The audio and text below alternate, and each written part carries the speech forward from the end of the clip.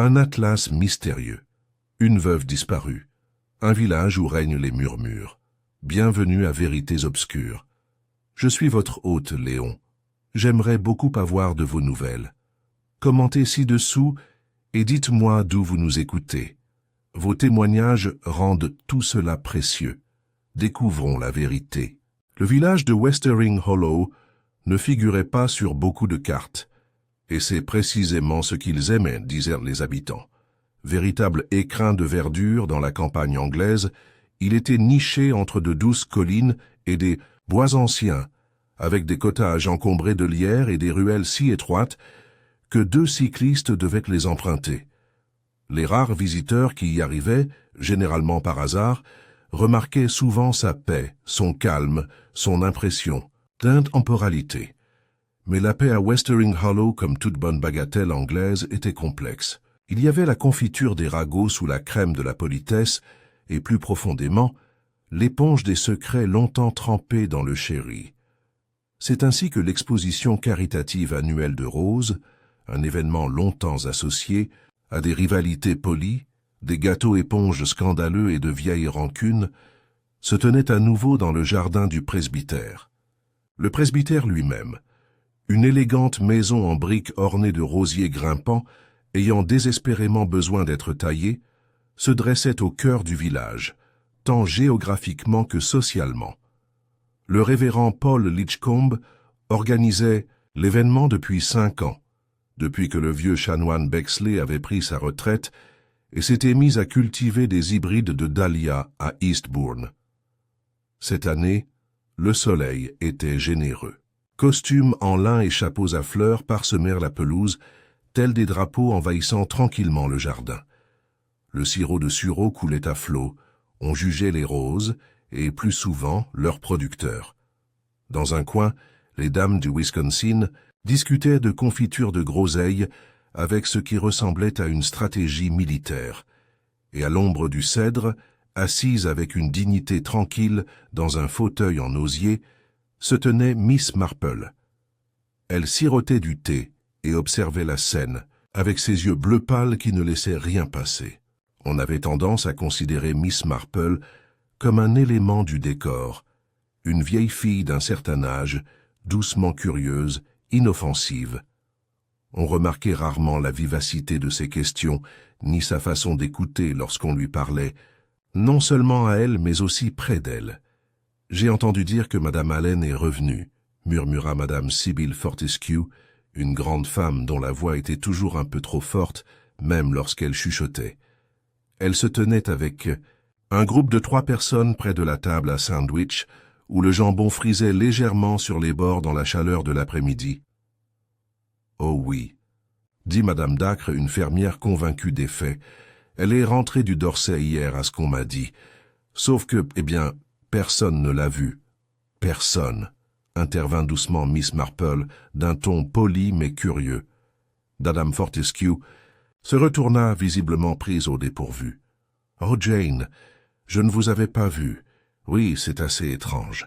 Walter Allen a été aperçu, il est entré à la poste ce matin intrépide comme un roc. Mais pas un seul signe de la pauvre Margaret. Et après toute cette histoire avec le cartographe, de quoi s'agissait-il » demanda Miss Marple avec un intérêt délicat. Madame Dacre renifla. « Juste des conversations de village. Vous savez comment sont les gens. Le défunt frère de Walter Allen était cartographe. Le vieux monsieur Allen griffonnait toujours des cartes et les envoyait à d'obscurs journaux. Après sa mort, Margaret est restée à la maison. Certains ont dit qu'elle n'était plus tout à fait elle-même après. Seule. Elle est veuve après tout, dit Miss Marple presque pour elle-même, et le chagrin fait des choses étranges aux gens. Eh bien, ce printemps, elle a pris un locataire. Un jeune universitaire, un peu curieux, portait une sacoche en cuir et sentait l'encre. Ils se faisaient appeler Monsieur Dandridge. Il disait écrire un livre sur la collection de cartes de Monsieur Allen. Ils étaient en froid, ajouta Madame Fortescue d'un air satisfait. Je les ai entendus se disputer une fois dans le cimetière. Elle l'a traité d'intrus. Et maintenant il est reparti à Londres, et elle est introuvable. murmura Miss Marple en remuant son thé. Quel timing! À cet instant, Walter Allen apparut en personne. C'était un homme nerveux d'une 60aine d'années, aux traits anguleux et à l'air étrangement discret, comme s'il cachait en permanence une irritation intime. Il adressa un bref signe de tête aux femmes, rassemblées, et se servit un sandwich au concombre, son regard se portant brièvement sur Miss Marple avant de s'éloigner. « Pas un mot sur Margaret », murmura Madame Fortescue en s'éloignant. « On pourrait penser qu'il pourrait au moins en parler. Si elle est là, pourquoi ne pas le dire? Sinon, eh bien, où est-elle » Miss Marple ne répondit pas. Son regard suivit Walter tandis qu'il se faufilait parmi les invités, puis s'attarda sur la place vide à côté de lui. Pour une femme aussi méticuleuse que Margaret Allen, il était étrange de ne pas assister à l'exposition de Rose. Plus étrange encore, de disparaître sans laisser de traces dans un village où même une nouvelle blouse déclenchait la conversation. Plus tard dans la soirée, alors que le soleil disparaissait derrière les basses collines, Miss Marple prit le long chemin du retour par les ruelles du village. Le cottage des Allen se dressait à l'orée de Westering Hollow, à moitié dissimulé par une haie d'ifs envahissante. Une petite enseigne en laiton indiquait encore W. Allen, carte élevée, bien que le magasin n'ait pas ouvert au public depuis des années. Elle s'arrêta près du portail. Une lumière s'illuminait à une fenêtre du haut. Le reste de la maison était plongé dans l'ombre. Un rideau s'agita brièvement puis s'immobilisa. Miss Marple ne s'attarda pas. Elle continua son chemin, le bas de sa jupe frôlant le thym sauvage et le cerfeuil sauvage, ses pensées évoluant avec une précision tranquille. Le lendemain matin, le village était en effervescence. Le jeune Billy True, le livreur de l'épicier, était allé à vélo jusqu'au cottage des Allen pour déposer une commande. D'après Madame Hemmings de la boulangerie, il avait trouvé la porte d'entrée entr'ouverte et personne ne répondait à ses appels.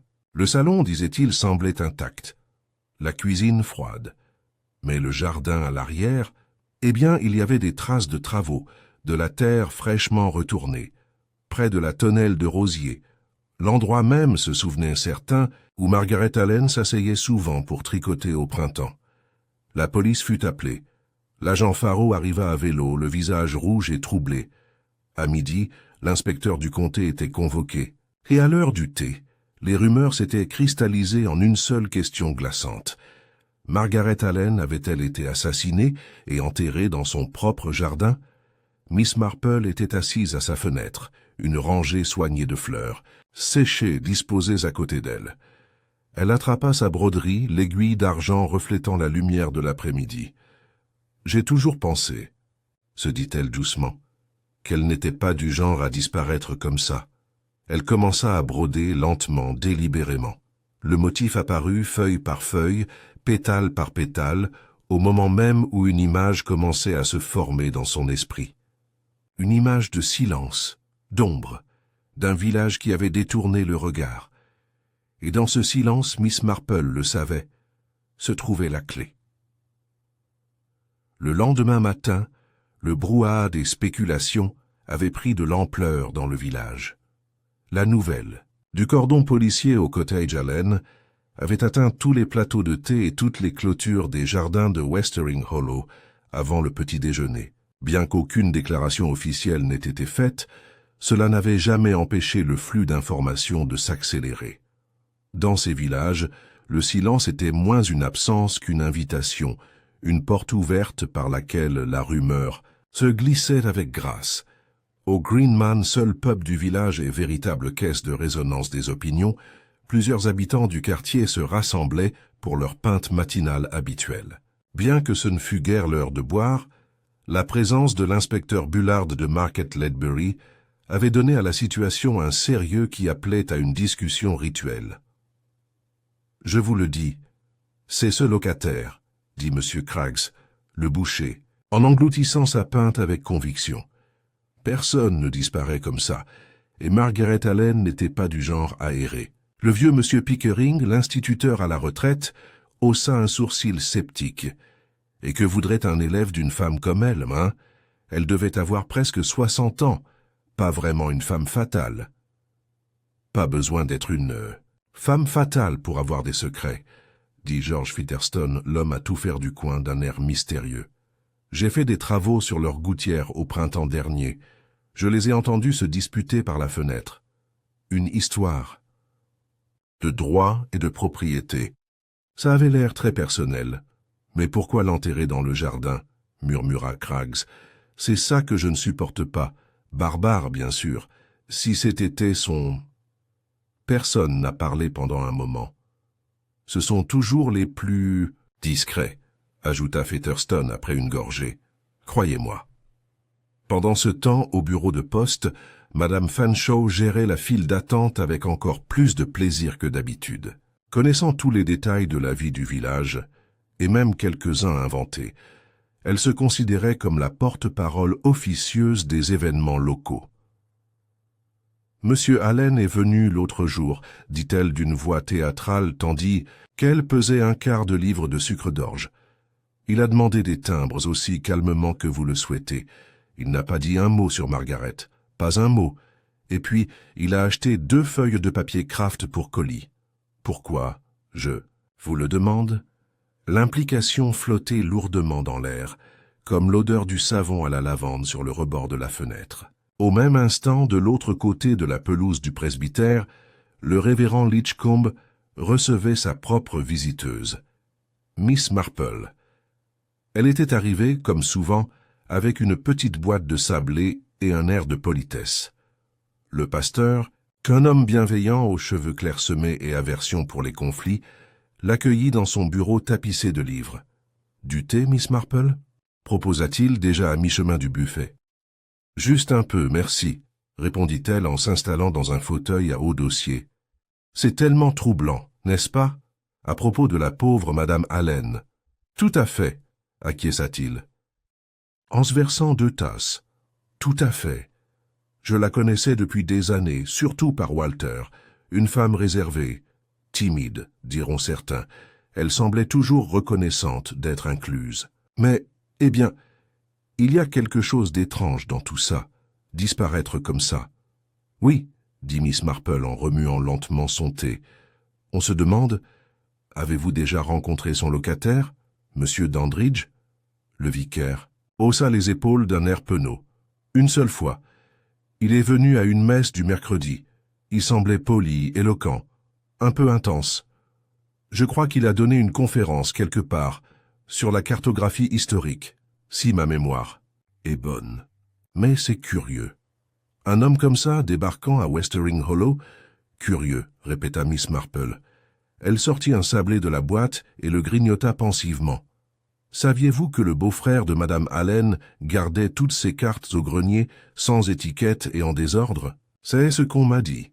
Le vicaire resta bouche bée. Je n'étais pas au courant. Pourquoi? Eh bien, dit Miss Marple d'un ton vague, j'imagine que cela constituerait une véritable énigme, surtout si quelque chose de valeur était caché parmi eux. Il y eut un silence. L'horloge sonnait sur la cheminée. Dehors, un bourdon somnolait contre la vitre. De retour au cottage Allen, l'inspecteur Bullard et l'agent Faro poursuivirent leur enquête discrète.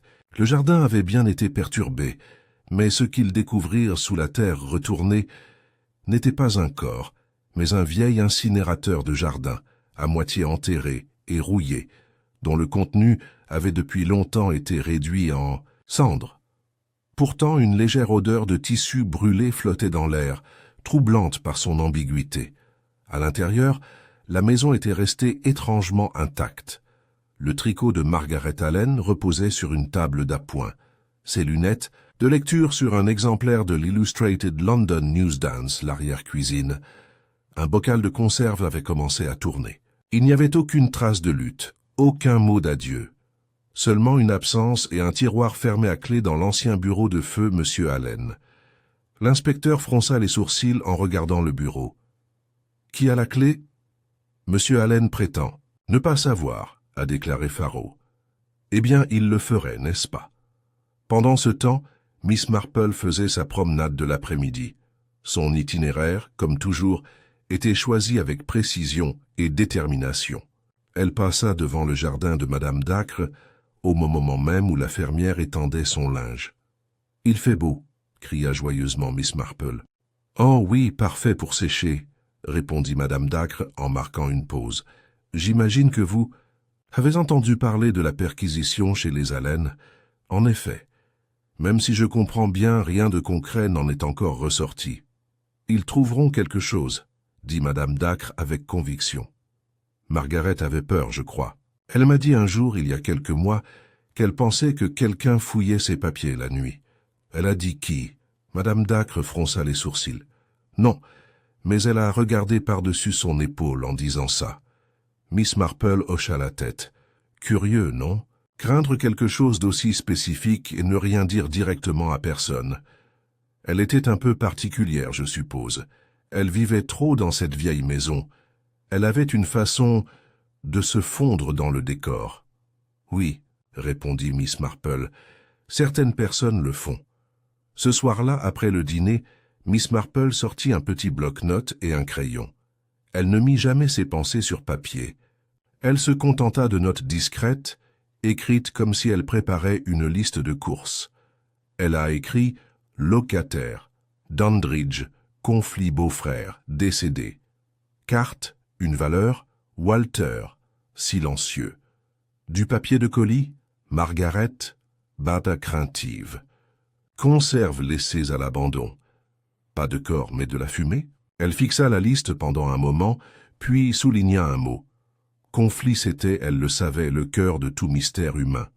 Non pas le crime lui-même, mais ce qui l'avait précédé, ce que quelqu'un voulait, ce que quelqu'un craignait, ce que quelqu'un croyait n'avoir d'autre choix que de cacher. Elle referma délicatement le bloc-notes et le posa près de son panier à couture. Puis, attrapant son ouvrage, elle enfila l'aiguille d'une main calme et reprit son travail. On pouvait mieux réfléchir, découvrit-elle, tout en reconstruisant quelque chose. Et tandis que son aiguille montait et descendait, le rythme paisible masquant une vague de connexions et de questions, Miss Marple commença à former les contours les plus vagues d'une histoire que personne d'autre n'avait encore vue. Quelque part à Westering Hollow, la vérité attendait, silencieuse et enterrée comme une racine de rose dans le sol hivernal. Mais pas pour longtemps, pensa Miss Marple. Le lendemain matin, brumeux, une pâle lumière se couchait sur les haies, et c'est dans ce doux voile que Miss Marple fit sa promenade matinale habituelle. À Westering Hollow, les journées chargées de suspense étaient encore rythmées par une routine paisible. On livrait le lait, on ouvrait les volets, et on lissait les fenêtres, comme si de rien n'était.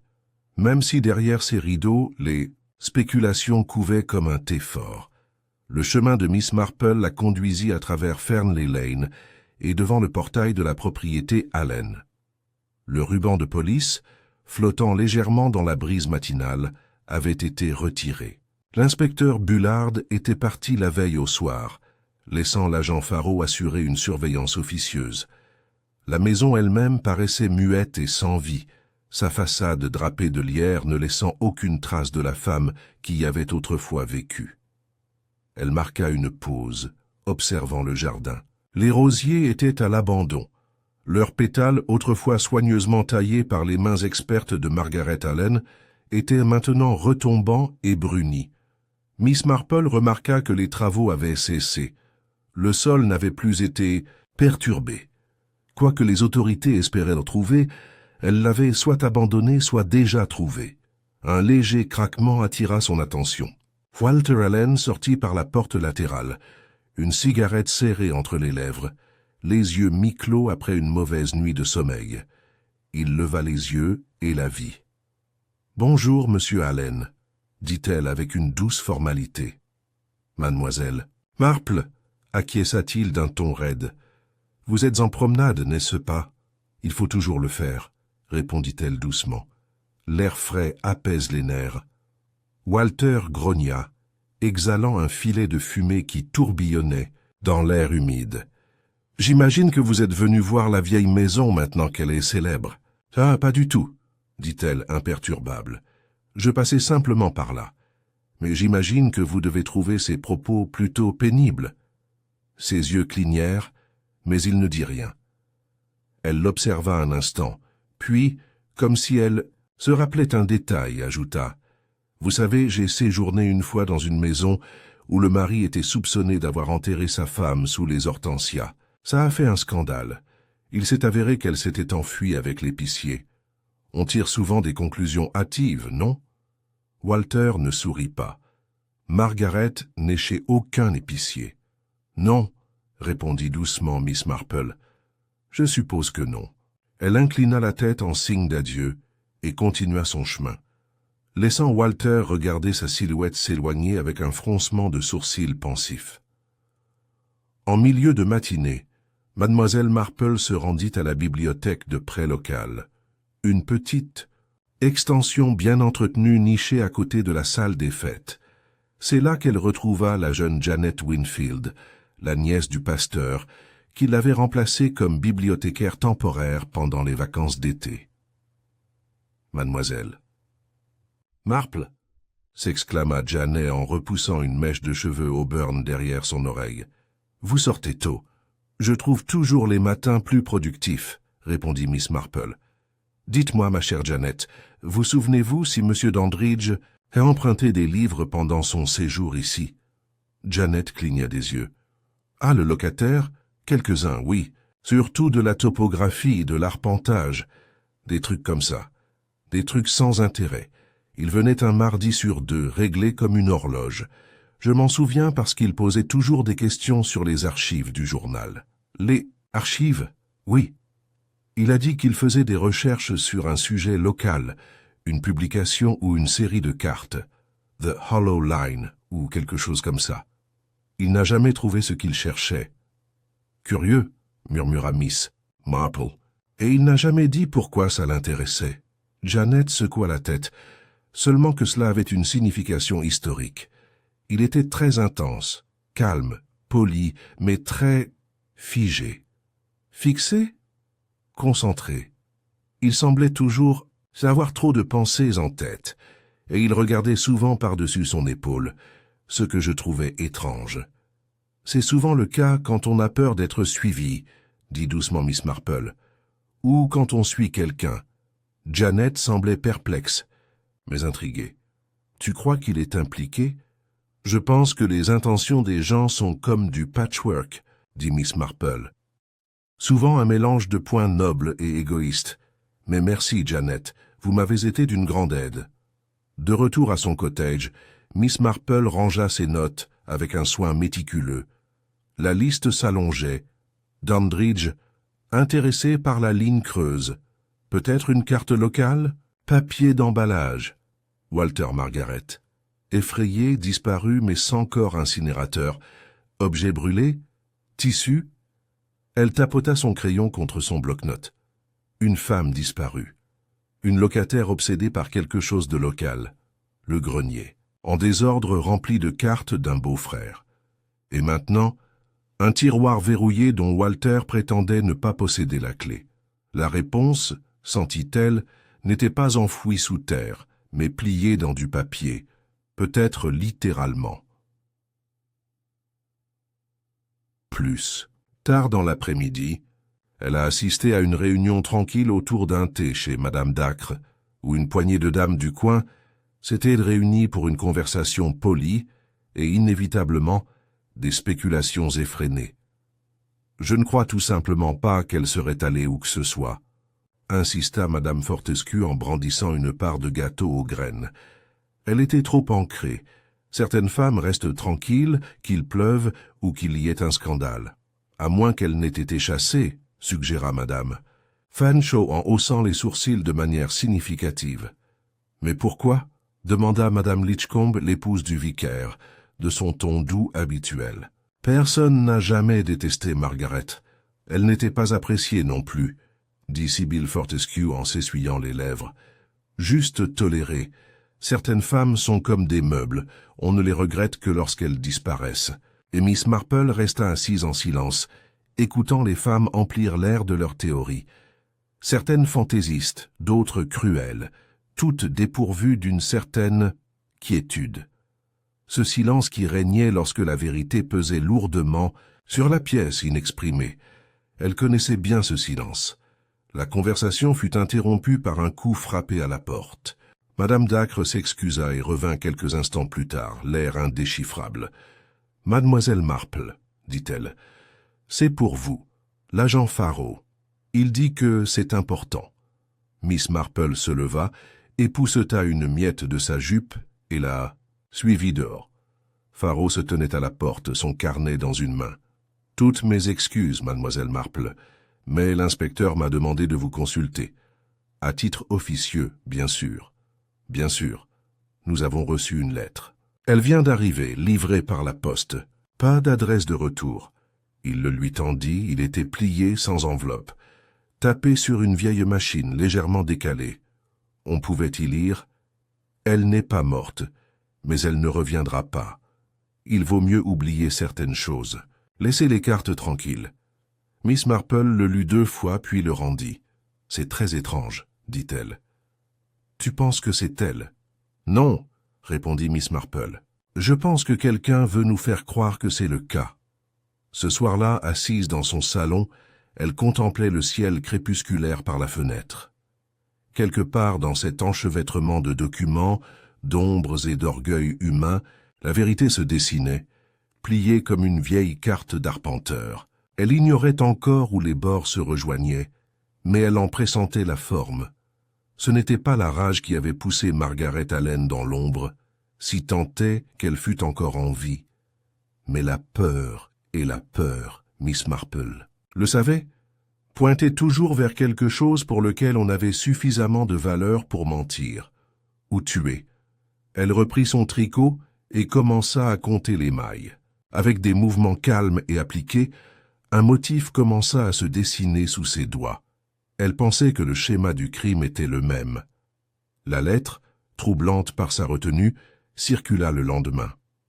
Bien que l'inspecteur Bullard fut officiellement de retour à Market Ledbury, l'agent Farrow restait responsable des affaires du village et avait décidé de montrer la note à plusieurs personnes, par mesure de transparence. Expliqua-t-il, même si tout le monde savait qu'il s'agissait d'une manœuvre tactique. Dans un endroit comme Westering Hollow, la pression ne venait pas des menottes ou des salles d'interrogatoire. Elle provenait des murmures. Au milieu de la matinée, tout le village avait entendu parler du message, affirmant que Margaret Allen n'était pas morte, et à midi, près de la moitié y croyait. Cette écriture n'était pas la sienne. Insista Madame Fortescue, sans s'adresser à personne en particulier en quittant le bureau de poste. Dactylographiée ou non, j'ai vu ces notes à la guilde des vicaires.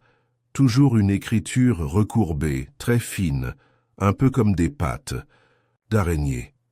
Celle-ci était épaisse, grossière, une écriture d'homme, je parie. À la boulangerie, M. Craggs a proclamé avec assurance que la lettre était une tromperie pure et simple, et a ajouté que si vous vouliez savoir comment quelqu'un vraiment a leur mort, il fallait regarder leurs chaussures. On le voit toujours aux chaussures, dit-il à une Madame Fanshawe perplexe, qui avait simplement demandé un chignon de « pain » pourtant. Malgré le bruit et les conjectures, un fait s'est imposé dans la conscience publique comme un caillou dans un étang. Quelqu'un mentait. Et si Margaret Allen était en vie, comme le prétendait la note, la question n'était pas seulement où elle l'était, mais pourquoi elle avait disparu et qui avait quelque chose à y gagner. Miss Marple était restée silencieuse ce matin-là, s'occupant de son jardin, taillant les cynorrhodons et cueillant une grappe de groseilles à maquereaux trop mûrs. Elle avait toujours trouvé que les mouvements répétitifs aidaient à démêler des pensées noueuses entre trop de possibilités. Son esprit, même pendant que ses mains travaillaient, parcourait chaque détail comme une carte dans un tiroir. Les cartes cachées, le locataire soudain, la peur que Margaret avait un jour exprimée, et le timing particulier de la lettre. Elle savait par expérience qu'on ne ment pas sans raison. Que cette raison soit noble ou égoïste, importait moins que le fait qu'elle indique toujours un mobile. Plus tard dans l'après-midi, elle se rendit au presbytère sous prétexte de lui apporter un pot de confiture de groseilles. Le révérend Litchcombe l'accepta avec de chaleureux remerciements et la fit entrer dans le salon. « Révérend, commença Miss Marple d'un ton léger, auriez-vous des nouvelles des papiers de feu, monsieur Allen? Ces travaux de cartographie, je veux dire. » Le vicaire lui versa du thé en répondant. « Seulement qu'elles étaient considérables. Walter a mentionné un jour que la collection de son frère occupait 2 pièces mansardées, des plans topographiques, des registres fonciers, des annotations personnelles. Je crois que certaines dataient de la fin du XIXe siècle. »« Comme c'est fascinant, » murmura Miss Marple. « Je me demande si certains de ces documents avaient de la valeur. » Il cligna des yeux. « De valeur? Oh oui, les cartes de cette époque, notamment les levées privées, peuvent révéler beaucoup de choses. Les limites de propriété qui ont changé, les frontières contestées et même les droits d'eau. Dans certains milieux, elles peuvent atteindre des prix assez élevés. » Le vicaire parut pensif. Cela expliquerait l'intérêt de M. Dandridge, même si Margaret a un jour dit à ma femme qu'elle regrettait de l'avoir laissé entrer. « Elle a dit ça? »« Oui, juste en passant. Elle a mentionné qu'il avait tendance à fouiner. Pas seulement dans le grenier, mais dans la maison, à poser des questions, à fouiller dans les tiroirs. » Miss Marple posa sa tasse avec précision. « En effet. Et a-t-elle mentionné des désaccords avec son beau-frère, Walter? » Elle ne l'a pas fait. Même si j'ose dire que je ne les ai jamais vus s'apprécier chaleureusement, Walter a toujours semblé réservé. « C'est une parole charitable, » dit Miss Marple presque pour elle-même. « Merci, révérend. Cela m'a été bien plus utile que vous ne le pensez. » Au cottage Allen, l'agent Faro revint avec un mandat pour le bureau. La clé manquant toujours, il l'ouvrit en présence de Walter. À l'intérieur, ils trouvèrent peu de choses. De la vieille correspondance, des coupures de journaux jaunis et une lettre pliée adressée à Margaret Allen, marquée « J'ai oublié ». Non publiée. Walter pâlit lorsque l'inspecteur le déplia.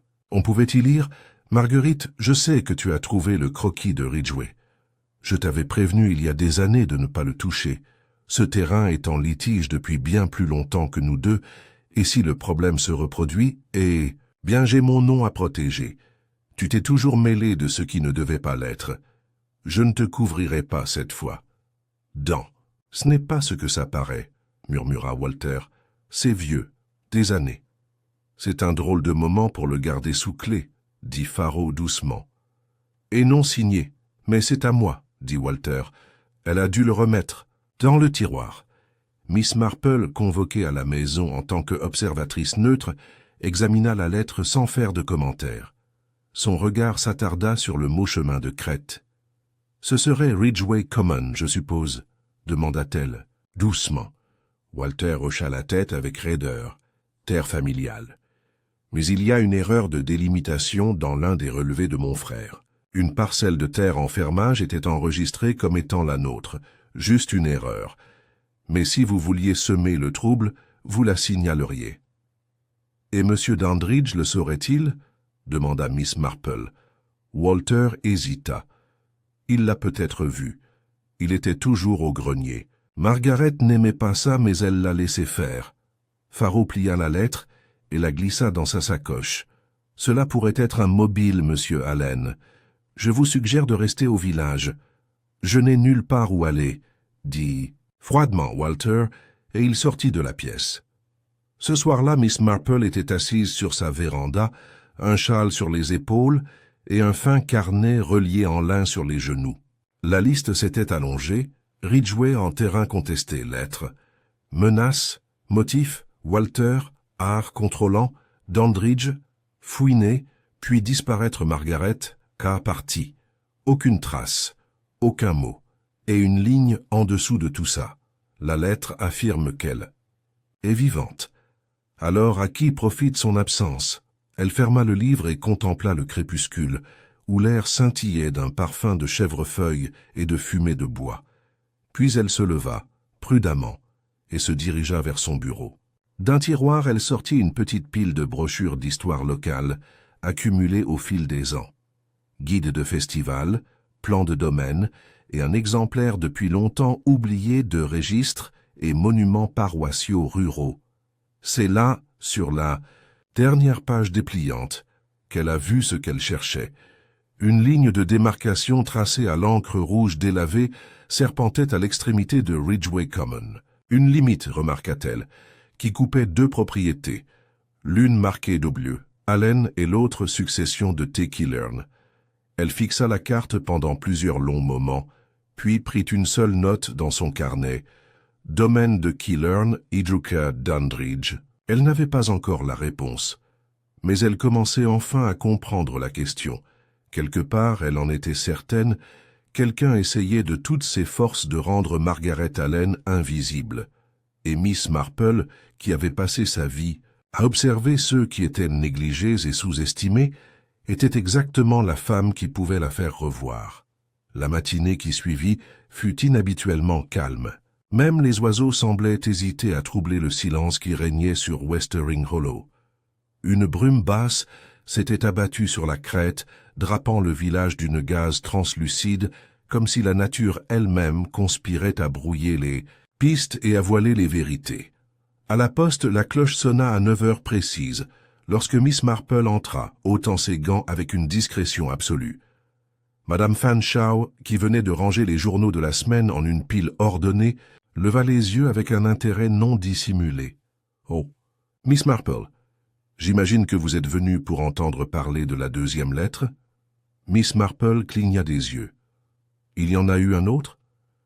Madame Fanshawe baissa la voix, bien que personne d'autre ne fût présent. « Arrivé ce matin. Même frappe, même ton vague. L'agent Faro est passé il y a moins d'un quart d'heure pour le récupérer. Il a dit qu'il avait été glissé sous la porte. Pas affiché cette fois. »« C'est curieux, » murmura Miss Marple. « Et que disait-il » Madame Fanshawe se gonfla légèrement. « Eh bien, je ne peux pas le citer mot pour mot, bien sûr, mais l'essentiel était clair. Plus de questions. Le passé est le passé. Laissez-la se reposer. C'est tout. »« Laissez-la se reposer, » répéta doucement Miss Marple. « Quelle phrase !»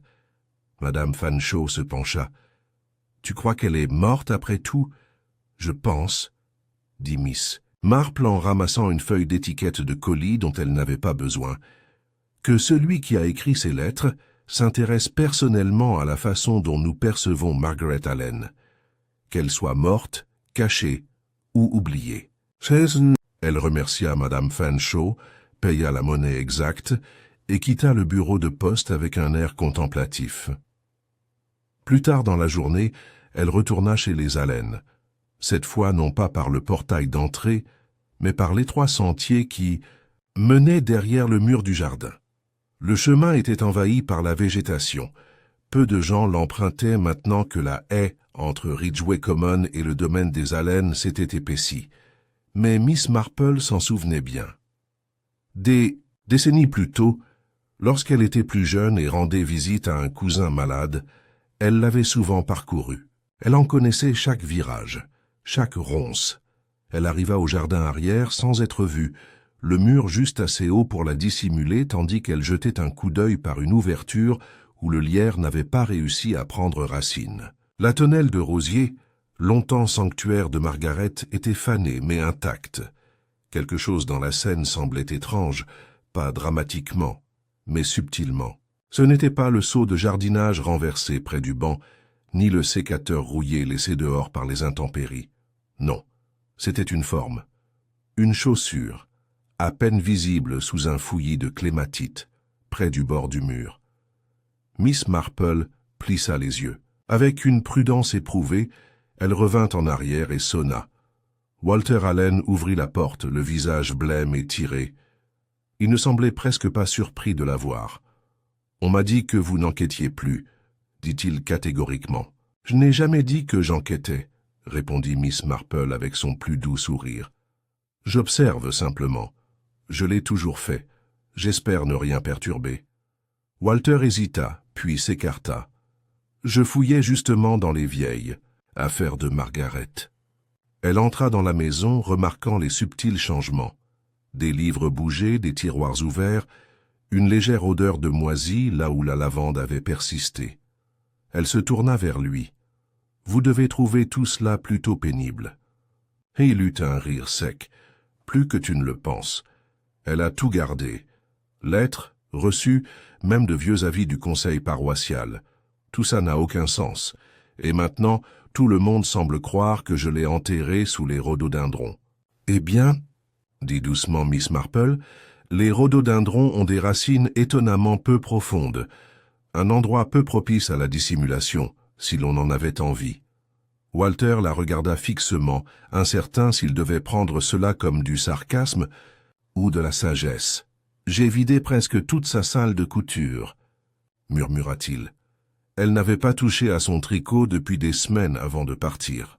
« Oh » Miss Marple pencha la tête. « C'est étrange. Elle venait de commencer une nouvelle pièce, non? Je me souviens l'avoir vue au défilé. De rose, du fil bleu très doux. Un cardigan, je crois. » Walter cligna des yeux. « C'est possible. Elle avait tellement de projets à moitié terminés. Puis-je voir ce qui reste ?» À contre-cœur, il la conduisit à l'atelier à l'étage. Plus petit que prévu, il avait un plafond mansardé et des étagères remplies de paquets de tissus, de bocaux de boutons et de fils à moitié usagés. Mais sur le rebord de la fenêtre se trouvait un panier en osier, avec le fil encore à l'intérieur et les aiguilles à tricoter croisées dessus. Miss Marple s'y attaqua lentement. Le morceau n'était qu'une demi-manche, mais, coincé entre les plis du fil, se trouvait quelque chose d'inattendu, plat et froissé, légèrement taché de ce qui ressemblait à du thé, une enveloppe déchirée. Aucune lettre à l'intérieur, mais l'adresse de retour indiquait H. Dandridge, département d'études foncières, Université de Bristol. Elle se tourna vers Walter. « Vous avez dit que M. Dandridge était parti pour Londres. C'est ce que Margaret m'a dit, » dit-il en fronçant les sourcils. Il était censé reprendre ses cours. Elle a dit qu'il était parti plus tôt que prévu, assez brusquement, et pourtant ceci a été posté depuis Bristol. Walter semblait perplexe. « Je ne sais pas quoi te dire. » Miss Marple glissa l'enveloppe dans son sac à main. « Je crois, Monsieur Allen, que Margaret l'a laissée là, délibérément. Peut-être craignait-elle qu'elle soit détruite. » Walter se moqua. « Tu crois qu'elle savait quelque chose arriverait ?»« Je pense qu'elle soupçonnait déjà quelque chose. » Elle le remercia et descendit les escaliers, refusant le thé, et retourna dans Fernley Lane, ses pensées claires et nettes. À la maison, Miss Marple sortit un petit répertoire de son bureau et le feuilleta avec des doigts adroits. Dandridge. Harold, le numéro de Bristol, sonna 4 fois avant que quelqu'un ne réponde. Une secrétaire zélée, hélas. Non, Monsieur Dandridge n'est pas rentré de congé. Il devait être de retour il y a 2 semaines, mais nous n'avons pas eu de nouvelles. A-t-il donné une adresse de réexpédition lors de son départ? Non, madame. Il était en déplacement pour des recherches d'archives. Puis-je vous demander qui vous appelle? Personne d'important, dit Miss Marple, déjà satisfaite. Elle raccrocha, se rassit et regarda les faits désormais exposés plus clairement que jamais. Dandridge avait disparu. Personne, pas même son employeur, n'avait eu de ses nouvelles. Le tricot de Margaret, autrefois source de fierté, avait été soudainement interrompu. Un morceau de correspondance avait été délibérément dissimulé. Quelqu'un livrait des notes anonymes, tapées à la machine, impliquant le silence, l'absolution et la finalité. Mais c'était la chaussure dans le jardin qui la troublait le plus, non pas parce qu'elle constituait une preuve, mais parce qu'elle était subtile, à moitié dissimulée, oubliée, ou peut-être laissée en guise d'avertissement. Et les chaussures, Miss Marple le savait par expérience, n'étaient jamais que des chaussures. Elles étaient la dernière partie de nous-mêmes à toucher terre avant de disparaître. Ce soir-là, alors que le crépuscule se fondait dans un profond silence bleu, Miss Marple assistait aux vêpres à l'église paroissiale. Peu de gens remarquèrent sa présence discrète au 3e banc. Mais son attention ne se portait pas sur les cantiques, ni sur le sermon du révérend Litchcombe sur le fils prodigue. Elle se concentrait sur la silhouette 2 rangs plus, loin, un inconnu. Bien habillé, grand, inconnu. Après la cérémonie, elle se dirigea vers le porche avec une lenteur délibérée. L'inconnu alluma une cigarette sous la vieille arche de fer. « Service agréable », dit-elle d'un ton léger. En passant, il la regarda et hocha brièvement la tête. « Village très tranquille. »« Oh oui, » sourit-elle. « Mais bon, les villages le sont toujours, jusqu'à ce qu'on commence à poser les mauvaises questions. » Il hésita. « Et quelles sont les bonnes ?» Les yeux de Miss Marple pétillèrent, celles auxquelles personne ne veut de réponse. Elle continua son chemin, laissant l'étranger la surveiller au clair de lune. L'arrivée de l'étranger à Vêpres émut Westering Hollow plus profondément que la bicyclette du gendarme ou les bottes de l'inspecteur. Il n'était pas seulement déplacé, il était insaisissable, et cela seul faisait vibrer le village d'une anxiété silencieuse. En l'espace d'une journée, les mêmes questions fusaient comme des papillons de nuit dans les salons, les devantures, de magasins et les conversations dans les haies. Qui était-il? Que voulait-il? Et pourquoi maintenant, alors que toute l'affaire de la pauvre Madame Allen commençait enfin à s'estomper? Miss Marple, bien sûr, n'avait pas besoin de telles spéculations.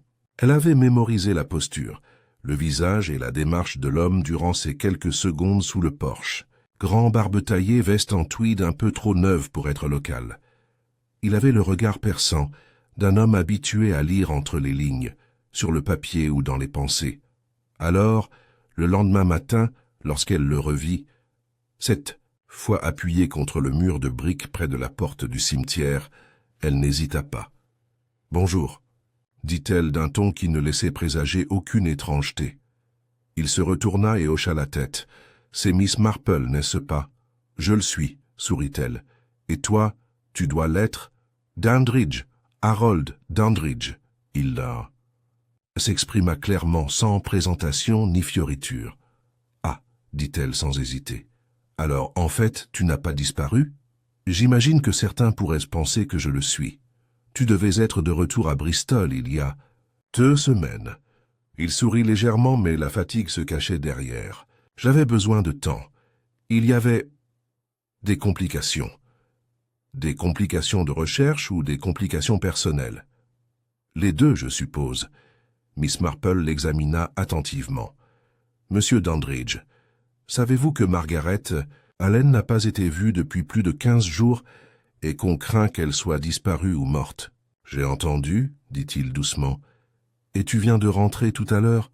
Je ne pensais pas qu'il était sage de rester loin plus longtemps. » Miss Marple hocha la tête, comme si c'était une conclusion logique.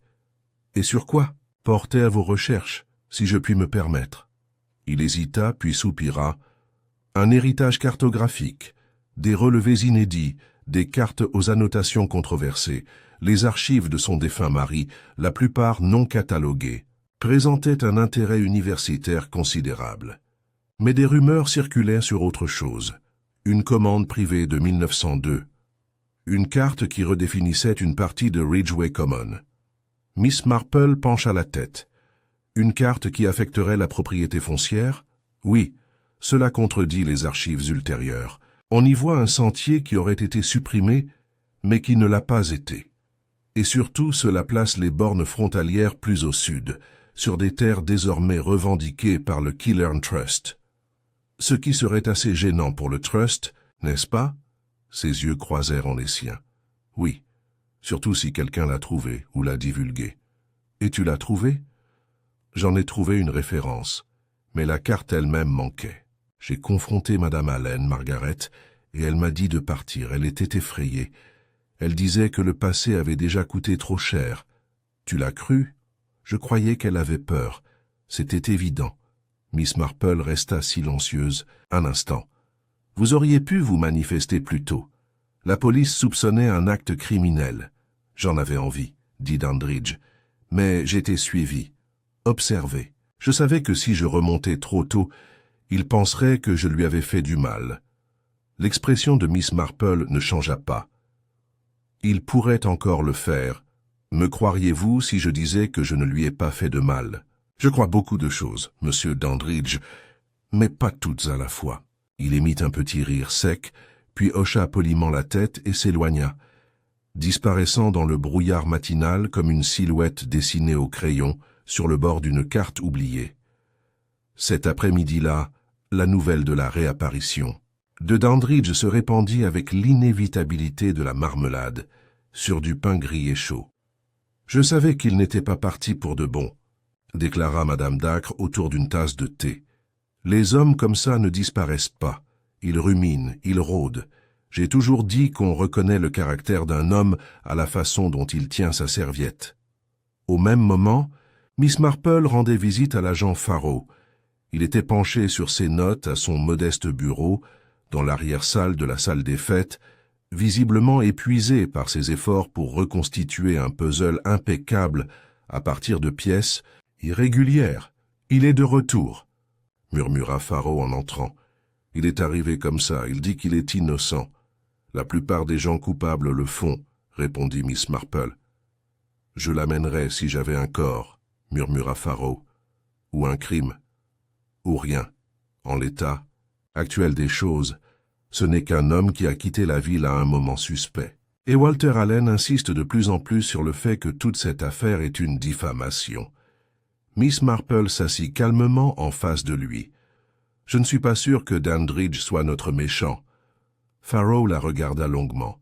« Alors, qui est-ce » Elle ouvrit son sac et en sortit la photo du panier à tricot qu'elle avait prise la veille. « Dites-moi, agent, est-ce que quelque chose vous paraît étrange ?» Il étudia la photo. De la laine, du tricot, des aiguilles. On dirait que quelqu'un est parti au milieu de la rangée. Exactement. Maintenant, regardez l'enveloppe à l'intérieur. Une adresse de retour. Pourquoi la cacher là? Farrow fronça les sourcils. Parce qu'elle craignait que quelqu'un le lui prenne, ou le détruire, dit Miss Marple. Elle savait que ce qu'elle avait était dangereux, même si elle n'en connaissait pas toute la signification. Cette enveloppe, et la lettre qui l'accompagnait probablement, était peut-être le dernier lien évident avec Dandridge avant sa disparition. Alors elle le protégeait? Peut-être. Ou peut-être qu'elle protégeait preuve. Farrow se renversa dans son fauteuil. « Pensez-vous qu'elle est morte, Miss Marple ?» Miss Marple marqua une pause. « Je crois que Margaret Allen avait peur. Assez peur pour cacher quelque chose. Assez peur pour arrêter de tricoter. Elle se leva et lissa sa jupe. Ce qui, ajouta-t-elle doucement, pour une femme comme Margaret signifie que le monde a véritablement commencé à s'effondrer. » Ce soir-là, le groupe de bridge hebdomadaire du Hollow se réunissait chez les Litchcombe. La réunion était feutrée. Les conversations oscillaient constamment entre curiosité et bienséance. Miss Marple jouait une main avec sa précision habituelle, s'imprégnant davantage du ton des voix et des phrases inachevées que des cartes elles-mêmes. C'était vers la fin de la soirée, lorsque Sybil Fortescue s'est penchée sur la table et a dit « Vous ne me convaincrez jamais que Walter n'en savait pas plus qu'il ne le dit. »« Vraiment ?» demanda Miss Marple d'un ton doux. « Oh oui. Margaret m'a raconté un jour, il y a des années, que Walter s'était disputé avec son frère au sujet des anciennes successions. Elle disait que son nom avait été omis d'un acte de propriété et qu'il ne l'avait jamais pardonné. Curieux, dit Miss Marple. La plupart des familles se mettent en colère à cause de ce qui leur a été volé. Mais Walter semble avoir été irrité par ce qui a été volé retenu. Madame Fortescue hocha la tête avec empressement. Il voulait toujours ce qui ne lui appartenait pas. De retour à la maison, Miss Marple sortit à nouveau le livre de cartes de son étagère, dépliant la page usée de Ridgeway Common. Là, faible mais indubitable, se trouvait la même ligne courbe que celle décrite par Dandridge. Non pas une limite, du moins pas une frontière officiellement reconnue, mais un sentier. Un sentier qui traversait un terrain que le Killearn Trust considérait depuis longtemps comme privé. Et selon une annotation manuscrite en marge, à peine lisible, il avait autrefois passé juste derrière la propriété Allen. Elle a noté une note dans son bloc-notes, 6 cartes et valeurs, motif Walter en colère à cause de son acte Margaret. Avait peut-être Dandridge Matches effrayé maintenant de retour, mais où est Marguerite? Un coup frappé à sa porte la fit sursauter. Il était presque 10h30. Elle se leva et l'ouvrit pour trouver Janet Winfield, rouge et les yeux écarquillés. « Mademoiselle Marple, je suis désolée. Je sais qu'il est tard, mais j'ai pensé que vous devriez voir ça. » Elle lui tendit un petit objet enveloppé dans du papier de soie. Miss Marple le déplia. À l'intérieur se trouvait une broche en or mat, ornée d'un motif de rose légèrement ébréché. « Elle me l'a donné il y a des semaines, » murmura Janet. « Elle m'a demandé de le garder précieusement. Elle m'a dit de le prévenir si quelque chose arrivait. Toi, je l'avais oublié, jusqu'à maintenant. Il était épinglé dans mon recueil de cantiques. » Miss Marple tourna la broche dans sa main, les yeux plissés. « Merci, ma chérie, » dit-elle doucement.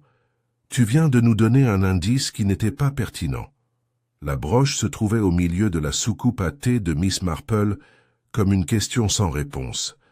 C'était une pièce modeste, du genre que possédaient beaucoup de villageoises d'un certain âge, sentimentale plutôt que précieuse.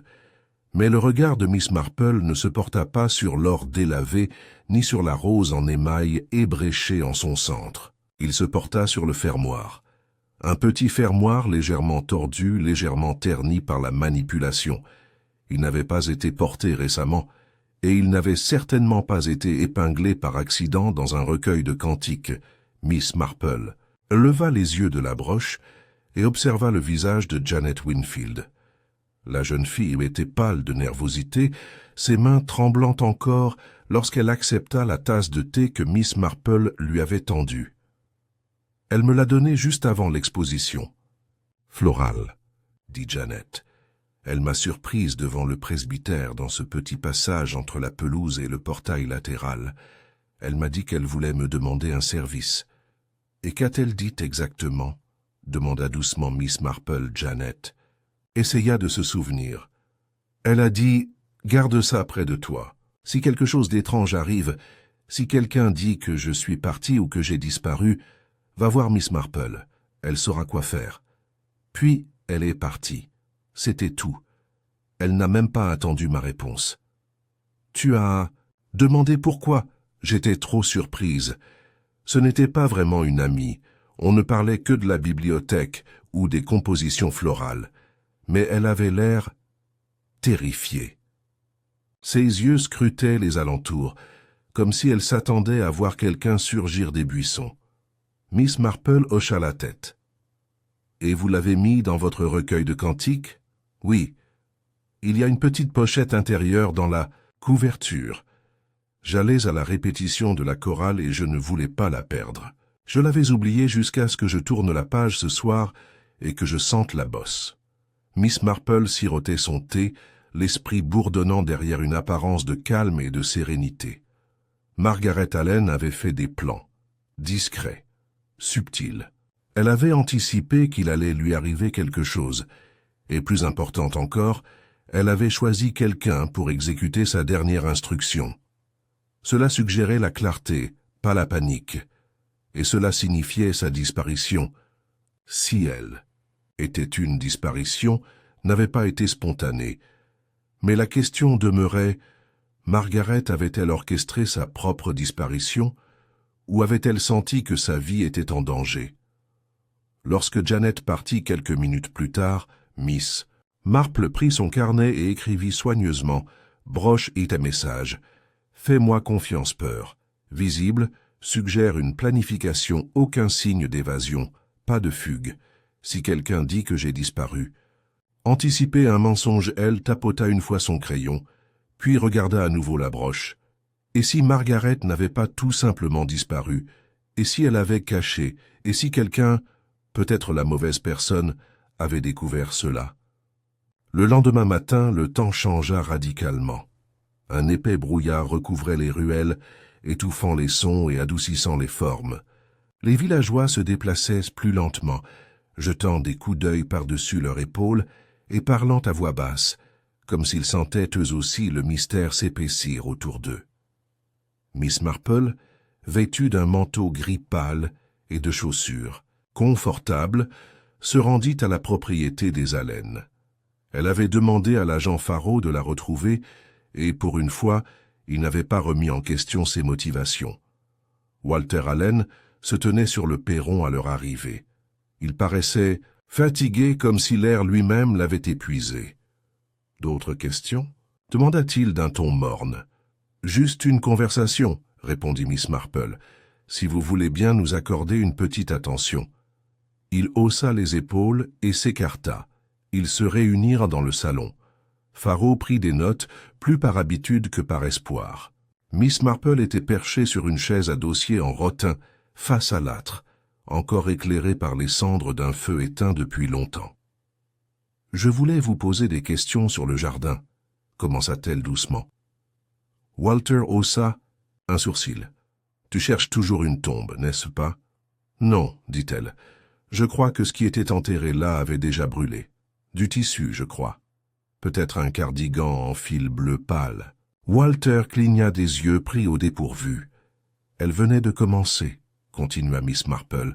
« Il était dans le panier à tricoter, la moitié d'une manche terminée. Mais la laine, presque tout, avait disparu. » Il hésita. « Il a peut-être été mangé par les mites. Elle jetait ses affaires quand elle s'effilochait. Pas de trou de mythe, dit Miss Marple. Et les aiguilles étaient encore dedans. » Walter n'a rien dit. « Voyez-vous, » ajouta doucement Miss Marple, « je crois que quelqu'un a tenté de brûler le vêtement d'une femme. Peut-être pour donner l'impression qu'elle avait disparu, sans laisser de corps.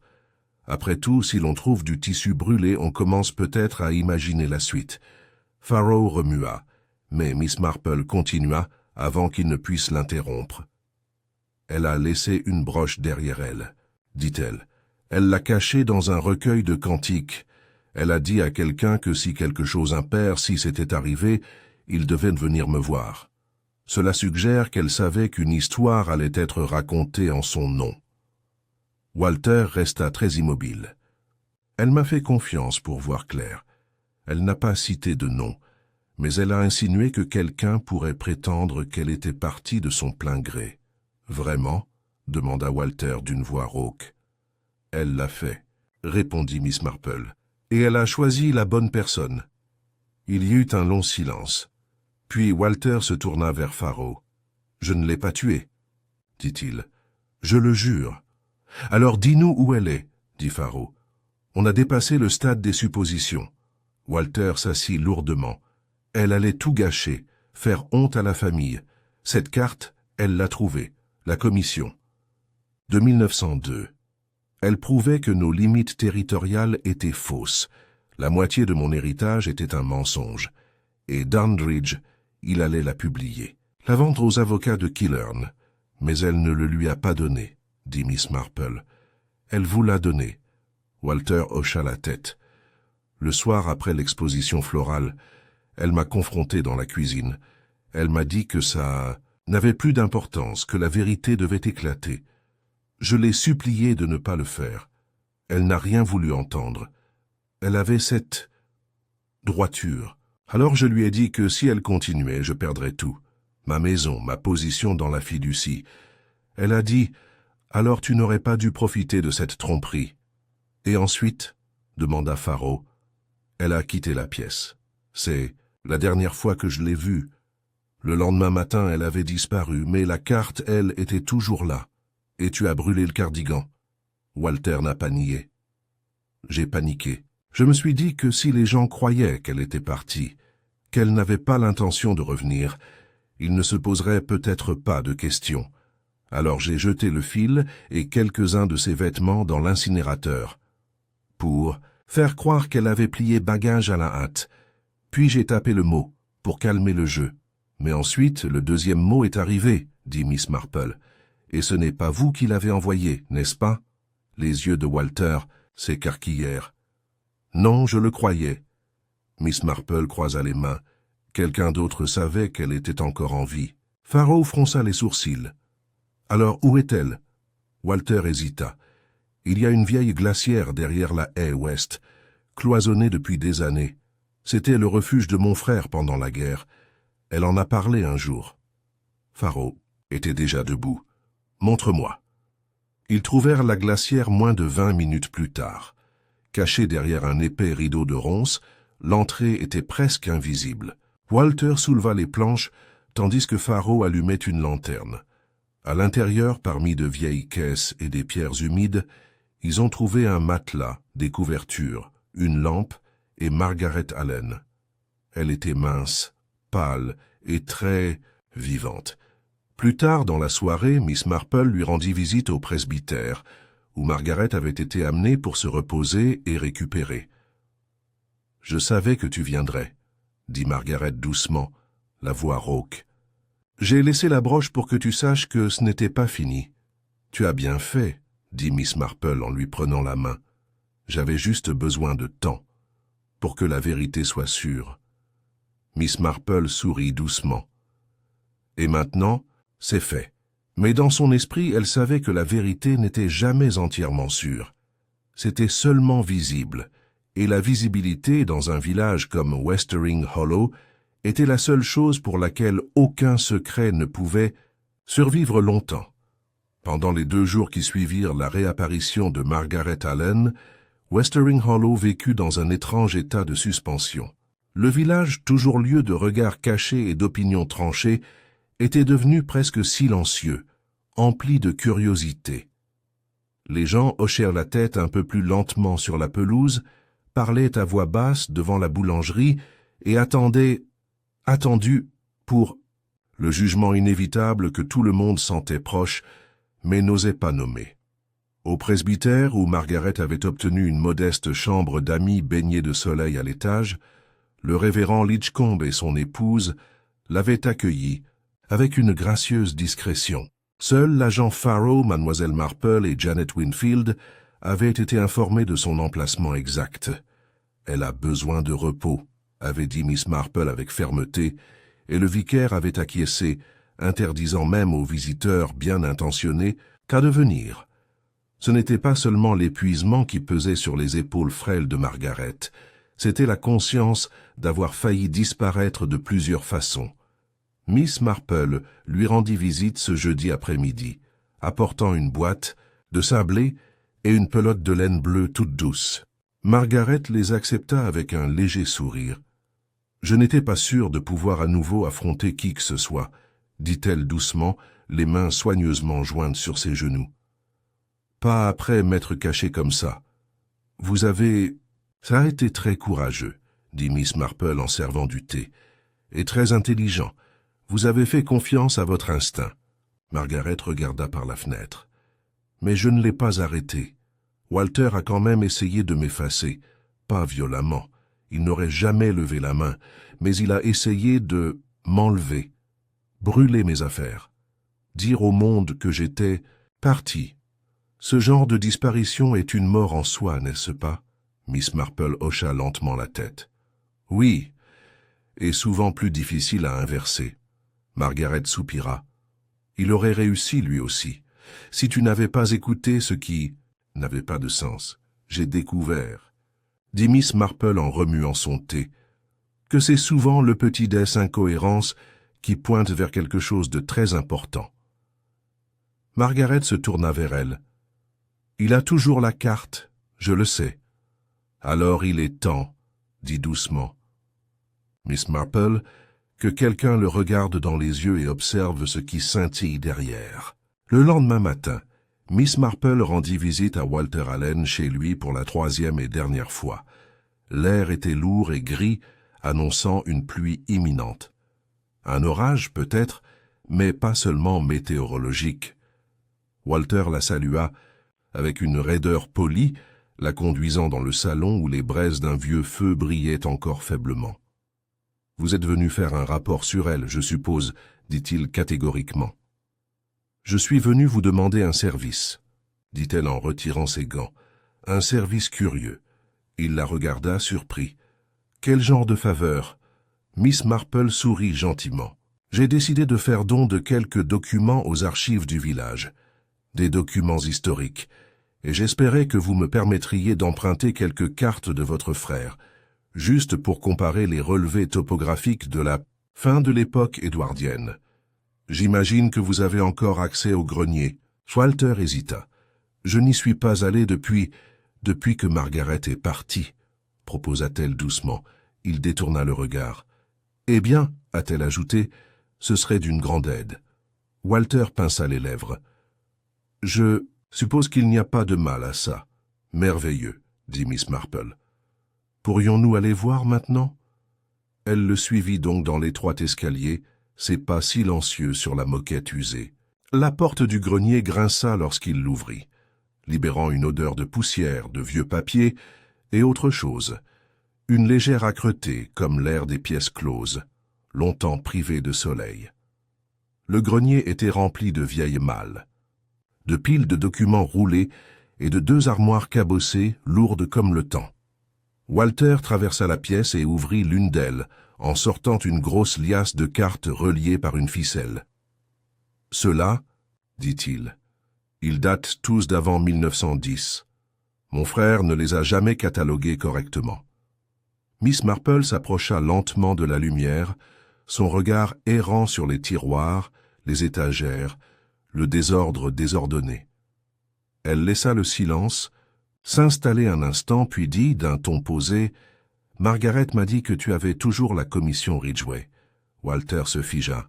« Elle dit qu'elle vous l'a donnée, » poursuivit Miss Marple, « que vous le lui avez pris des mains dans cette même pièce. »« Je ne l'ai pas fait, » dit-il trop vite. « Elle s'en souvient parfaitement, » dit Miss Marple en s'approchant.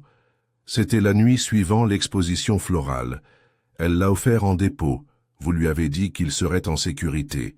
Puis le lendemain matin, elle s'est réveillée et vous aviez pris son tricot, son cardigan et vous l'aviez brûlé. »« Ce n'est pas ce qui s'est passé, » rétorqua Walter, « n'est-ce pas ?»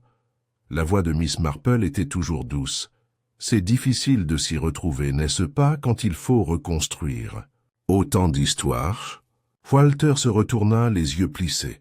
« Tu me testes. »« Je le suis, » dit Miss Marple calmement, « parce que j'ai besoin de savoir si vous toujours vous avez la carte. Et je suppose que vous l'avez, non pas pour la garder en sécurité, mais comme moyen de pression. Une assurance, une arme. Tu ne comprends pas, dit-il d'une voix crispée. Ce terrain, cette frontière, si elle change, tout change, je perds tout. Pas seulement mes biens, mais aussi ma réputation, mon statut, la réputation de mon frère. Tu as déjà perdu quelque chose ? Dit-elle. Sa confiance. Walter la regarda avec une pointe de fureur, puis tout aussi vite, cette colère s'évanouit. Il s'affala sur sa chaise de bureau usée, les yeux fixés sur le parquet. « Il est dans le tiroir, » murmura-t-il. « Celui du bas, sous le relevé de Lower Hamley. » Miss Marple ouvrit le tiroir avec précaution. Là, sous une chemise craquelée, aux pages tachées d'eau, se trouvait un tube étiqueté Commission Ridgway. 1902. Elle l'a sorti avec la même révérence qu'on éprouve pour une relique.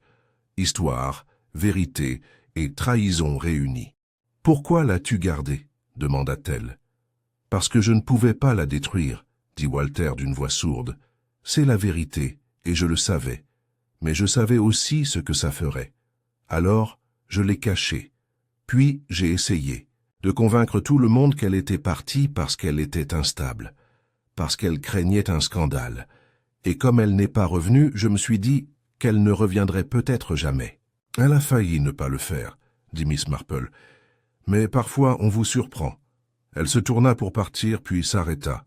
« Monsieur Allen, » dit-elle doucement, « le mal que vous craignez, perdre votre prestige, votre réputation, ce mal est déjà arrivé. Mais il ne vient pas de la carte, il vient de vous. » Elle le laissa en silence. En fin d'après-midi, le gendarme du village avait officiellement saisi le document et l'inspecteur Bullard avait été rappelé de Market Ledbury. Aucune inculpation n'avait encore été déposée, mais l'enquête avait désormais du mordant. Walter Allen, sombre et sans voix, resta chez lui attendant ce qui allait suivre. Au presbytère, Miss Marple rendit la broche à Margaret Allen. « Il est temps, » dit-elle doucement, « d'être revue. » Margaret ferma sa main autour de la petite rose dorée. « J'avais peur d'être oubliée, » dit-elle doucement. « Tu ne l'étais pas, » lui assura Miss Marple. « Tu avais simplement besoin que quelqu'un te rappelle comment te présenter. » Ce soir-là, Miss Marple était assise à la fenêtre de son salon, la lumière se transformant en un violet pâle sur les champs verdoyants. Elle brodait lentement, le fil bleu rebouclant sous ses doigts. Un nouveau départ, une reprise. Le Bethesda village se relèverait, comme toujours. Mais le nom d'Allen resterait silencieux pendant un certain temps encore. Et quelque part, dans un tiroir verrouillé des bureaux du comté, une carte unique reposerait sous scellé, ses lignes inchangées, mais désormais intouchables. Et Miss Marple, de son côté, continuerait à tricoter et à observer, sachant que dans chaque petite incohérence, chaque regard inattentif, chaque mensonge trop parfait, la vérité finirait par percer. Le lendemain matin où Walter Allen avoua avoir dissimulé la carte de Ridgway, Westering Hollow se réveilla dans un silence rare. Ce n'était pas le calme plat ni le silence anxieux qui précède une tempête, mais quelque chose d'autre, une sorte de retenue collective. Après tout, le village avait déjà frôlé le scandale. Une fugue clandestine dans les années 1930, le neveu d'un révérend surpris en train de voler des dons à la bibliothèque en 1947, et le bref mais palpitant incident de la disparition de l'argenterie de l'église, qui s'avéra être une livraison mal classée. Mais jamais, jamais il n'avait frôlé d'aussi près quelque chose d'aussi sombre et intangible que disparition. Margaret Allen, désormais rétablie dans ses fonctions et sa dignité, n'était pas encore rentrée chez elle. Il ne faut pas remuer la poussière avant qu'elle ne soit prête, avait-elle dit avec une pointe d'ironie, tandis que Miss Marple lui apportait du fil bleu. Au lieu de cela, elle s'était assise dans la chambre d'amis orientée à l'est, repensant tranquillement à ses souvenirs du grenier, de la nuit où elle avait affronté son beau-frère et de sa décision de se retirer, non par lâcheté, mais par nécessité.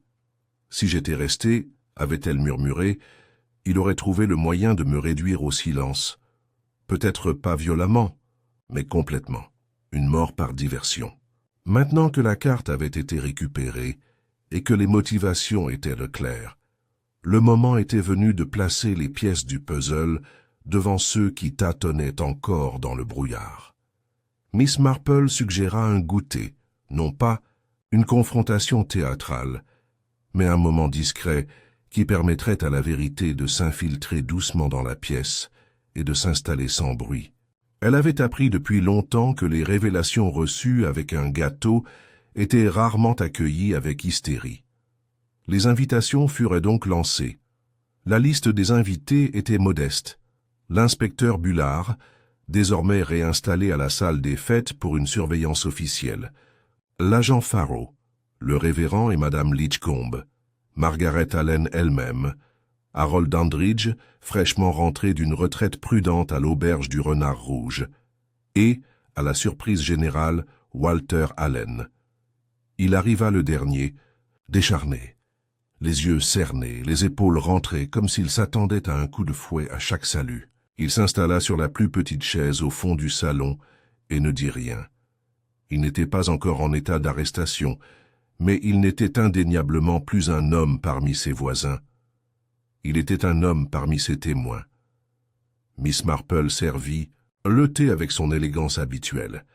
Personne ne savait vraiment comment commencer, alors elle le fit. « Margaret, dit-elle doucement, puis-je vous demander de nous raconter ce dont vous vous souvenez de cette soirée, la nuit où vous avez donné la carte à Walter ?» Margaret, assise près du foyer, sirotait son thé et hochait la tête. C'était après l'exposition florale. J'étais inquiète depuis des jours, voire des semaines. Monsieur Dandridge avait découvert des références à la commission Ridgway, et j'ai trouvé la carte cachée derrière un panneau détaché dans le grenier. Mon mari avait toujours été évasif au sujet des transactions de son frère. Il appelait cela terre familiale, mais ne m'avait jamais montré les documents. Quand j'ai trouvé la carte, j'ai compris pourquoi. Elle regarda à travers la pièce, non pas d'un air accusateur, mais d'un air constant. La carte prouvait que le terrain ne leur appartenait pas. Pas entièrement. La limite avait changé. Et je savais que Walter avait utilisé cette fausse affirmation pendant des années. Décision du conseil, litige de loyer et même un don local. Je ne pouvais pas me taire. « Et qu'a-t-il dit ?» demanda doucement Miss Marple. Quand vous le lui avez tendu, la voix de Margaret était calme. Il a dit qu'il s'en occuperait, qu'il serait rangé correctement, et que nous nous reparlerions demain matin. Mais à mon réveil, il avait disparu, tout comme la carte. Et mon cardigan bleu, c'était un cadeau de ma sœur, et j'ai tout de suite remarqué sa disparition. J'ai compris que quelque chose avait changé, pas seulement dans la maison, mais aussi dans lui. Walter expira brusquement, mais ne dit rien. Je l'ai confronté, a-t-elle poursuivi. Il a tout nié. J'ai alors réalisé que je n'avais que deux choix. Tenter de le combattre publiquement, ou disparaître suffisamment longtemps pour que la vérité nous dépasse tous les deux. Et ainsi tu as disparu, dit Bullard, sa plume immobile. Pour une fois, j'ai pris de la nourriture dans le garde-manger, j'ai allumé le vieux réchaud de la glacière et j'ai attendu. J'étais convaincu que Miss Marple verrait ce que les autres ne voyaient pas. Miss Marple se tourna vers Harold Dandridge. « Et vous, monsieur Dandridge, vous avez disparu aussi. » Il hocha la tête. Quand elle a disparu, j'ai paniqué. J'ai pensé que j'avais trop insisté pour la carte, que quelqu'un pourrait me blâmer. J'avais aussi très peur pour sa sécurité. Mais je ne pouvais rien prouver. Alors je suis parti. Lâche peut-être, mais pas criminel. L'inspecteur Bullard tourna une page de son carnet. « Et vous, dit-il à Walter, vous avez brûlé le cardigan pour suggérer un départ précipité. » Walter ne le nia pas. Je pensais que ça marcherait. On pense qu'une femme qui abandonne, son tricot ne revient pas. Elle était si ordonnée. Je pensais que c'était tout ce qu'il fallait. Un peu de désordre. Un cardigan brûlé, dit Miss Marple, n'est pas un corps, mais c'est suggestion. Et parfois c'est plus puissant que la vérité. Bullard s'éclaircit la gorge. Tu as aussi tapé 2 lettres. Un seul, dit Walter. Le premier. Je voulais inciter le village à laisser tomber, mais le second, je ne l'ai pas écrit. Tous les regards se tournèrent vers Dandridge. Si, admit-il en baissant les yeux, je l'ai laissé sous la porte de la poste. J'espérais gagner du temps, calmer les esprits jusqu'à mon retour. Je pensais que c'était mieux que le silence. Bullard griffonna quelque chose, puis marqua une pause. « Aucune accusation criminelle pour l'instant, a-t-il déclaré. La couronne pourrait encore poursuivre pour fausse déclaration de propriété, monsieur Allen, mais la décision reviendra aux instances supérieures. Ce qui m'inquiète, c'est que vos actions ont créé les conditions de ce qui pourrait bien devenir une grave tragédie. » Walter fixait la fenêtre d'un air absent. Aucune protestation ne survint. Margaret se tenait debout, les mains jointes, devant elle. « Je ne cherche pas la vengeance, » dit-elle simplement. « Seulement la vérité et qu'elle soit vue. » Miss Marple posa sa tasse de thé. « Et maintenant, enfin, vous y êtes. » Il y eut un long moment de silence. Ce silence non pas vide, mais chargé de prise de conscience inexprimée. Un bilan non pas d'une punition, mais d'une reconnaissance. Et c'était fini. Ce soir-là, après le départ des invités et le service du thé débarrassé, Miss Marple s'assit sur sa véranda, un carré de broderie fraîchement brodé sur ses genoux. Elle brodait lentement, méthodiquement, le léger mouvement de l'aiguille traversant le lin rythmant le léger bruissement de la brise dans le buisson de lilas. Ce n'était pas un triomphe qu'elle ressentait. Ça n'en fut jamais un. La fin d'un mystère comme la chute d'un rideau n'apportait pas d'applaudissements mais le silence. Toutes les réponses ne guérissaient pas la blessure qu'il avait révélée, mais ce qui importait pour Miss Marple, c'était qu'aucun mensonge n'avait été laissé sans réponse, qu'une femme presque effacée avait été réécrite dans le monde, et que, au moins à Westering Hollow, la vérité avait triomphé tranquillement, fermement et sans besoin de spectacle, comme il se doit. Le soleil revint à Westering Hollow avec une résolution tranquille le matin suivant la révélation de la vérité. Une journée claire et sèche, avec des abeilles bourdonnant sur les roses tardives et des oiseaux gazouillant dans les haies, comme si la nature avait décidé de relancer le village après des semaines de suspense et de silence. Aux yeux de l'inconnu, rien ne semblait avoir changé. Les ruelles serpentaient toujours doucement entre les jardins. La poste ouvrait toujours à 8 heures précises, et les rideaux de dentelle de Madame Fanshawe flottaient encore des plus légers ragots du village. Mais sous cette surface endormie, quelque chose se cachait, avait changé. Un changement invisible, subtil mais permanent, comme une couture recousue sur une courte pointe usée. Margaret Allen resta au presbytère une semaine de plus, reprenant des forces et réglant ses affaires. En privé, quelques villageois courageux lui avaient envoyé des fleurs ou des cartes, des gestes timides de réconciliation, ou peut-être de soulagement de ne plus avoir à chuchoter. Le révérend Litchcombe lui lisait des passages des psaumes chaque matin, et sa femme lui apportait des plateaux de lait chaud et de toast à la confiture de Quing. Mais c'était Miss Marple qui venait tous les jours, toujours avec un petit paquet à la main, des notes de son jardin, le journal local plié autour d'une coupure de presse, ou à une occasion, une nouvelle aiguille à broder enveloppée dans du papier de soie. « Tu ne m'as jamais demandé une seule fois si je lui avais pardonné, » a dit Margaret un après-midi, alors qu'ils étaient assis sur le banc sous le poirier. Miss Marple ne leva pas les yeux de son tricot. « Je ne pensais pas que ce serait à moi de poser la question. » Margaret sourit faiblement. « Ce n'est pas le pardon qui me pose problème, tu sais. C'est la compréhension. Walter ne me détestait pas, il ne voulait pas que je parte, pas vraiment. Il ne pouvait tout simplement pas imaginer un monde où la vérité compterait plus que l'illusion. » Miss Marple hocha doucement la tête. « Les illusions peuvent être puissantes, surtout quand on y croit depuis des années. » Margaret se pencha et ramassa une poire tombée. « C'est l'invisibilité qui m'a le plus blessé, pas le fait de me cacher, le sentiment qu'on pouvait m'enlever avec une histoire. Et pourtant, dit Miss Marple, vous avez laissé votre propre histoire derrière vous. Vous avez semé des indices. Vous avez soigneusement choisi à qui vous confier. Cela demande une force remarquable. Je devais croire que quelqu'un le remarquerait. »« Tu avais raison, » répondit doucement Miss Marple. L'affaire de la carte de Ridgeway passa, avec le temps, entre les mains des autorités du comté. Les avocats représentant le Killern Trust rencontrèrent les géomètres, et la frontière litigieuse fut discrètement réévaluée. Il n'y aurait pas de grand drame judiciaire, pas de scandale médiatique. Au lieu de cela, de légères corrections apparaîtraient dans les registres fonciers, les limites étant ajustées avec la délicatesse bureaucratique de ceux qui espéraient que personne ne remarquerait leurs erreurs passées. Walter Allen, sous une pression croissante et son statut au sein de la communauté locale étant réduit à néant, choisit de quitter le village. Il partit tôt un matin, avec une simple valise et un signe de tête affirmatif adressé à l'agent Faro, chargé de l'escorter jusqu'à la gare. Aucune charge ne fut retenue. Comme Miss Marple l'avait prédit, sa plus grande punition ne fut pas légale mais sociale. Le village ne le regarda plus dans les yeux. Harold Dandridge, quant à lui, resta à Westering Hollow quelques semaines de plus, aidant Margaret à documenter la collection cartographique de feu M. Allen.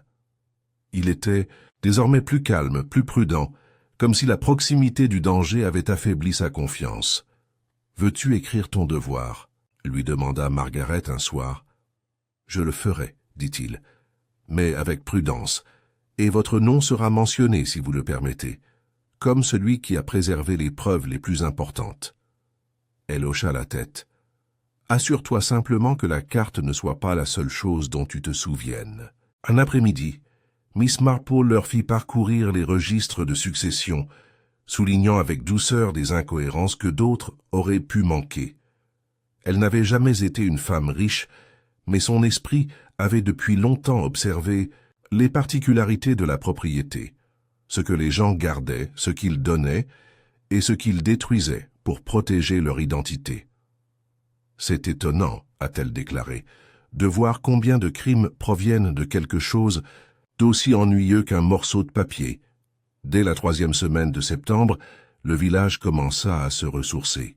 La foire des récoltes retrouva sa verdure, avec des banderoles accrochées entre les arbres et une légère odeur de pommes et de pâtisserie s'échappant des étals de pâtisserie. Les enfants se précipitèrent entre les bottes de foin et la musique des fanfares résonna dans les haies. Sous le soleil, On aurait presque pu croire que l'ombre étrange qui s'était abattue sur Westering Hollow n'était qu'un rêve d'été. Miss Marple, bien sûr, n'y croyait pas. Les ombres, elle le savait, ne disparaissaient pas. Elle trouvait simplement de nouveaux recoins où attendre. Alors qu'elle traversait la foire avec son panier, saluant les voisins et inspectant les pots de conserve, elle fut rejointe par Janet Winfield, qui avait repris son poste à la bibliothèque de près et marchait maintenant avec un peu plus de confiance. « J'ai vu Madame Allen hier », dit Janet en se glissant à ses côtés. « Elle m'a donné une bouture de rosier. Elle a dit que c'était une merci. » Miss Marple sourit. « Tout à fait. Vous avez bien gardé sa broche. Ce n'était pas rien. Je ne savais même pas ce que cela signifiait.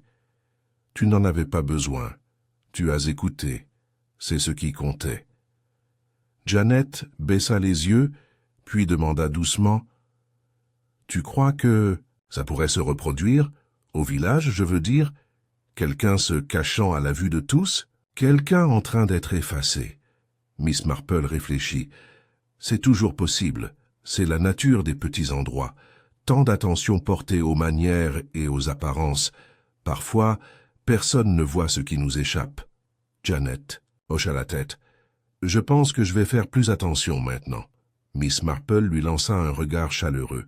« Alors tu seras mieux préparé que la plupart. » Plus tard dans la soirée, alors que la foire touchait à sa fin et que les lanternes s'étaient allumées sur la pelouse, Miss Marple rentra chez elle et s'installa dans son fauteuil. Le journal du soir était plié à côté d'elle, mais elle ne l'ouvrit pas. Elle sortit son tricot et se reprit au cardigan bleu qu'elle avait commencé quelques jours plus tôt. Le même fil doux, le même rythme tranquille des aiguilles, et à mesure que les points se formaient, les pensées finales qui complétaient l'histoire se formaient également dans son esprit. Ce n'était pas une histoire de violence, ni de mal pervers. C'était une histoire de peur. Peur d'être exposé, peur du changement, peur de la honte. Un homme qui avait cru que son héritage s'effondrerait si la vérité éclatait au grand jour. Une femme qui avait appris que le silence n'était plus une protection. Qu'un village qui, à sa manière, avait presque laissé faire, mais ce n'était pas le cas. Parce que quelqu'un avait remarqué la manche à moitié tricotée. Quelqu'un avait remis en question la netteté d'une histoire. Quelqu'un avait cru que le passé méritait la lumière. Et cela, pensa Miss Marple, était suffisant. Elle interrompit son tricot et regarda par la fenêtre le village baigné d'une lumière dorée. Les chaumières, le clocher de l'église, la douce courbe de la verdure, immobiles, paisibles et parfaitement eux-mêmes. Il y aurait d'autres mystères, d'autres silences étranges. Mais pour l'instant, le creux dormait à nouveau en sécurité, et c'est ainsi que les choses devaient se passer, pensa Miss Marple avec une satisfaction tranquille.